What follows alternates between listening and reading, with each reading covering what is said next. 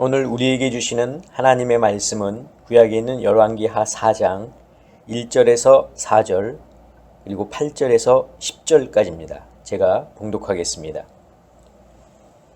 선지자의 제자들의 아내 중에 한 여인이 엘리사에게 부르짖어 이르되 당신의 종 나의 남편이 이미 죽었는데 당신의 종이 여호와를 경외한 줄은 당신이 아시는 바니이다. 이제 빚 준 사람이 와서 나의 두 아이를 데려가 그의 종으로 삼고자 하나이다 하니 엘리사가 그에게 이르되 내가 너를 위하여 어떻게 하랴? 내 집에 무엇이 있는지 내게 말하라. 그가 이르되 계집종의 집에 기름 한 그릇 외에는 아무것도 없나이다 하니 이르되 너는 밖에 나가서 모든 이웃에게 그릇을 빌리라. 빈 그릇을 빌리되 조금 빌리지 말고 너는 네 두 아들과 함께 들어가서 문을 닫고 그 모든 그릇에 기름을 부어서 차는 대로 옮겨 놓으라 하니라.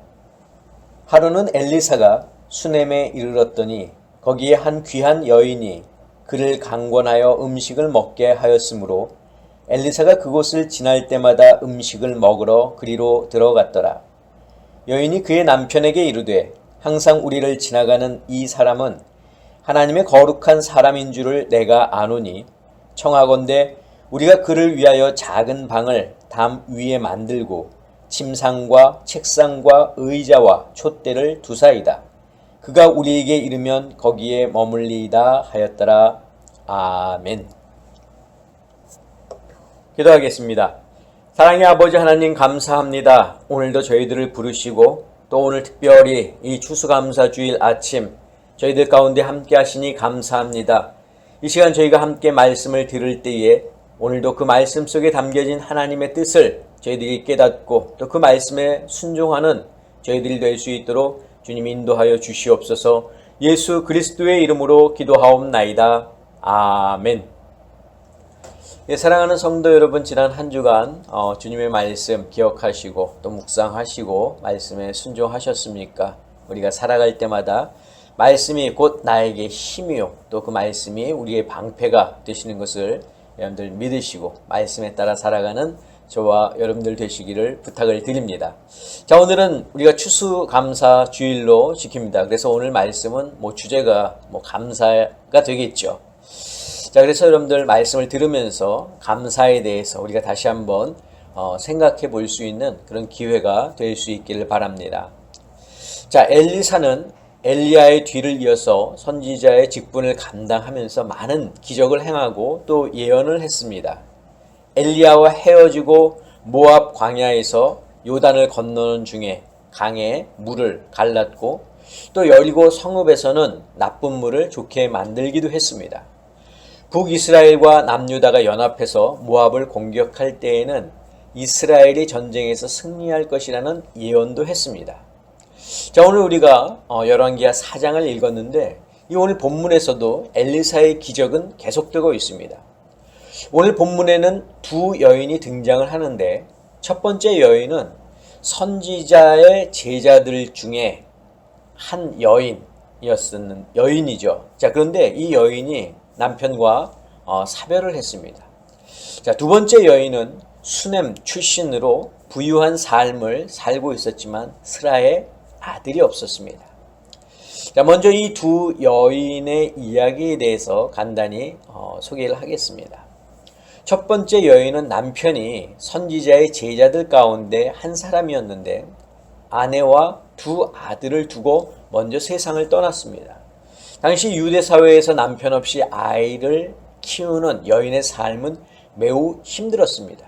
자, 이 여인도 넉넉하지 못한 삶에 빚까지 지고 살았는데 하루는 빚을 준 사람이 와서 이 빚을 갚지 않으면 두 아이를 데려가서 자기의 노예로 삼겠다고 했습니다.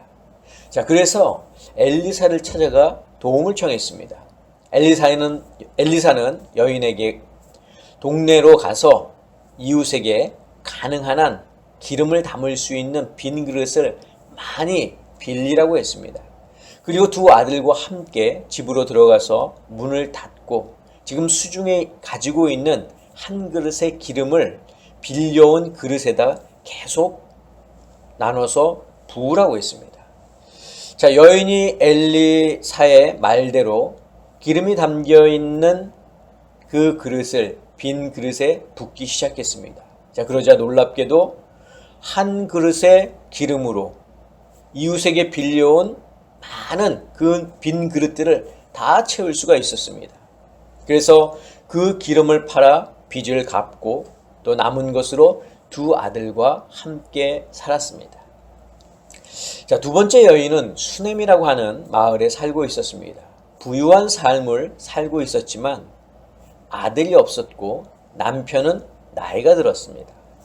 자, 하지만 엘리사가 하나님의 거룩한 사람인 것을 알았기에 그가 자기 마을을 지날 때면 잠시라도 자기 집에서 쉴 수 있도록 침상과 책상과 또 침상하고 책상이 준비된 그런 작은 방을 예비해 두었습니다. 자, 하루는 엘리사가 이 여인의 마음이 너무나 고마워서 자기가 무엇을 해주었으면 좋겠냐 말하자 아무것도 필요 없다고 하면서 사양했습니다. 그러자 옆에 있던 엘리사의 사환이었던 게하시가 이 부부에게는 아들이 없다 이렇게 일러주었습니다. 그러자 엘리사는 여인에게 1년이 지난 이맘때에 아들을 낳을 것이라 예언을 했습니다. 자, 엘리사의 예언대로 1년 뒤에 이 여인은 아들을 낳았고 그 아이가 자랐는데 하루는 아버지가 일하는 밭에 쫓아갔다가 머리가 아프다고 해서 집으로 데려왔는데 곧 죽고 말았습니다.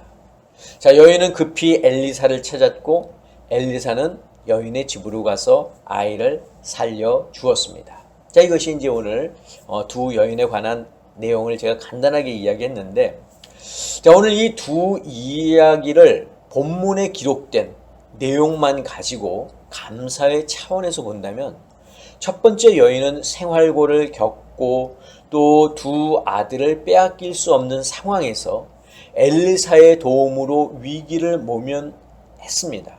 자, 엘리사의 도움이 없었다면 여인은 두 아들을 잃고 빼앗기고 자신도 미래의 삶이 불투명해질 수 있는 그런 상황이지만 기름을 내다 팔 수 있도록 엘리사가 기적을 베풀어서 두 아들과 함께 걱정 없이 살 수 있었습니다.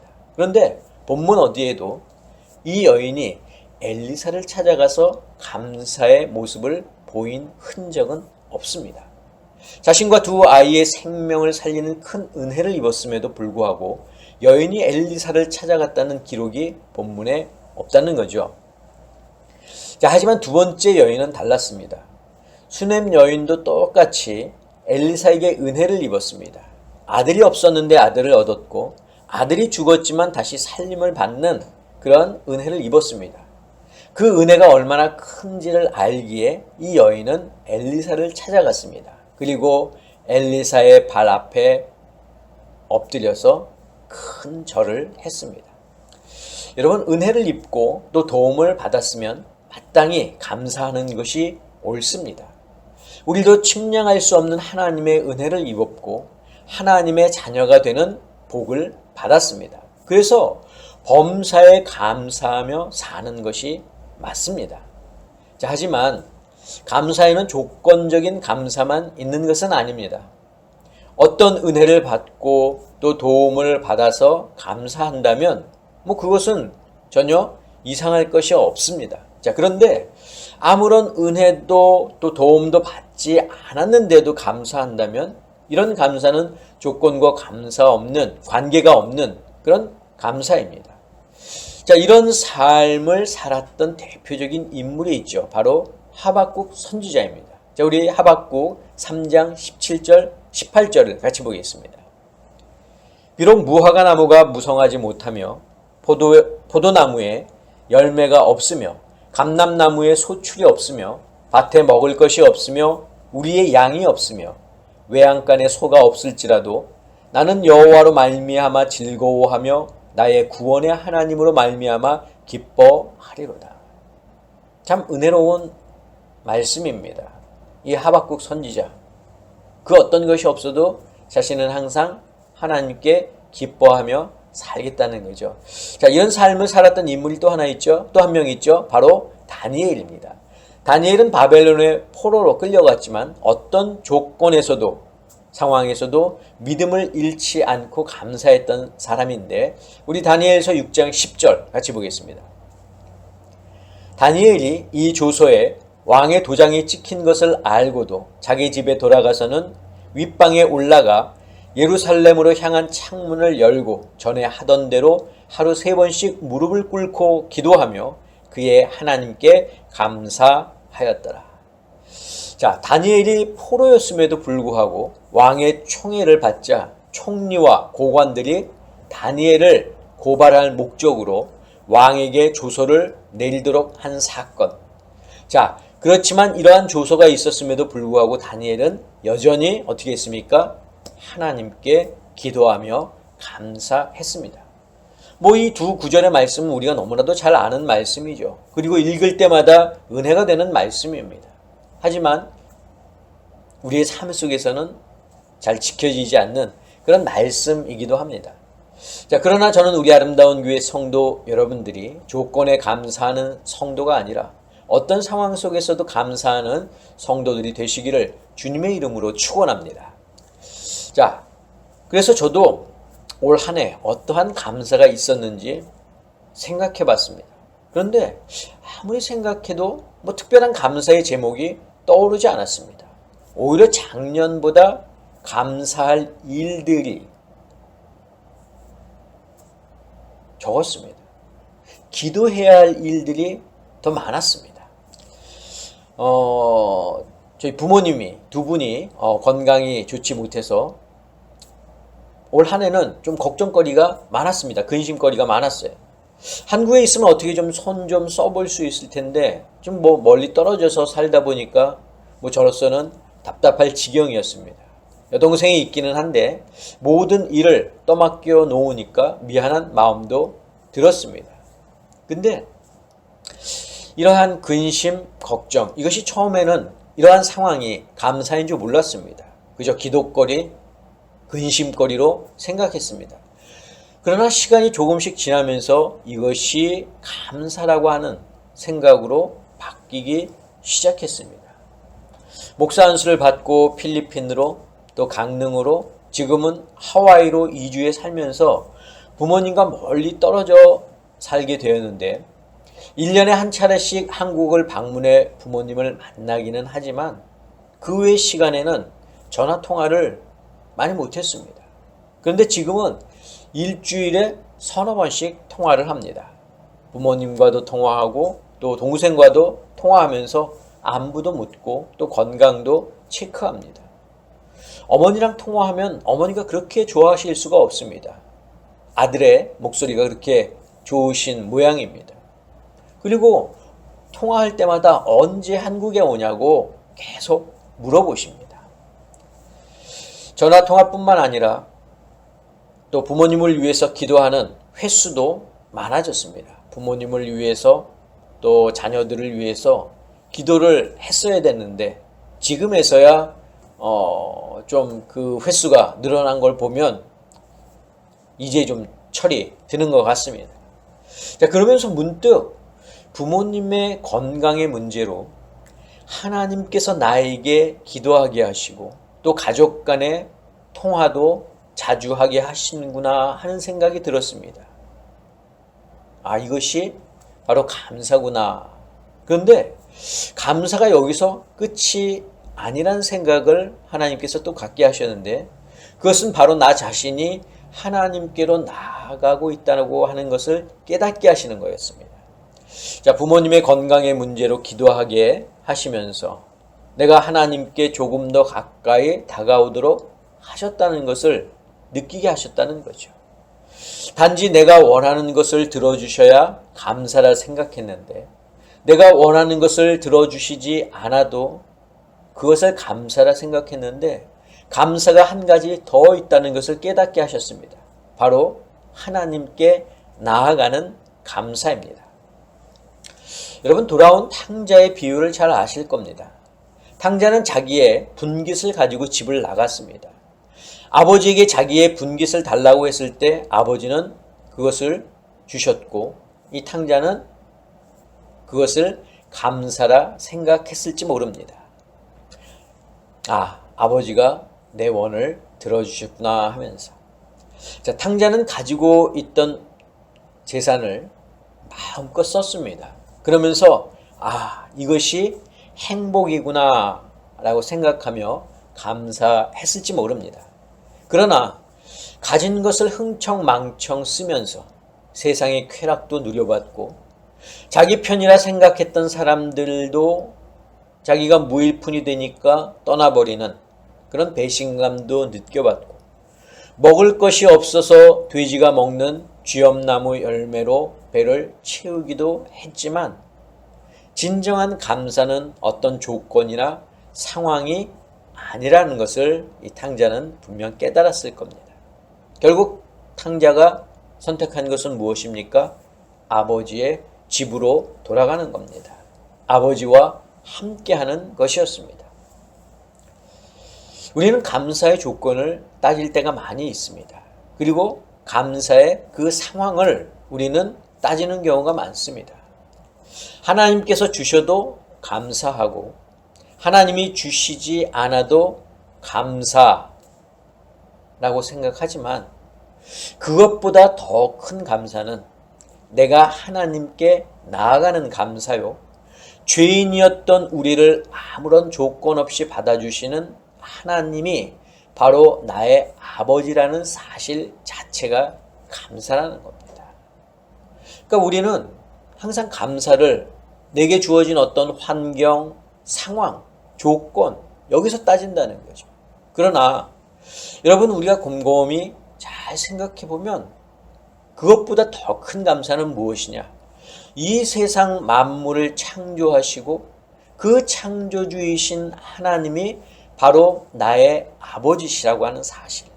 그리고 그 아버지를 향해서 우리가 나아가고 있다고 하는 것. 그 자체가 이미 감사라고 하는 겁니다.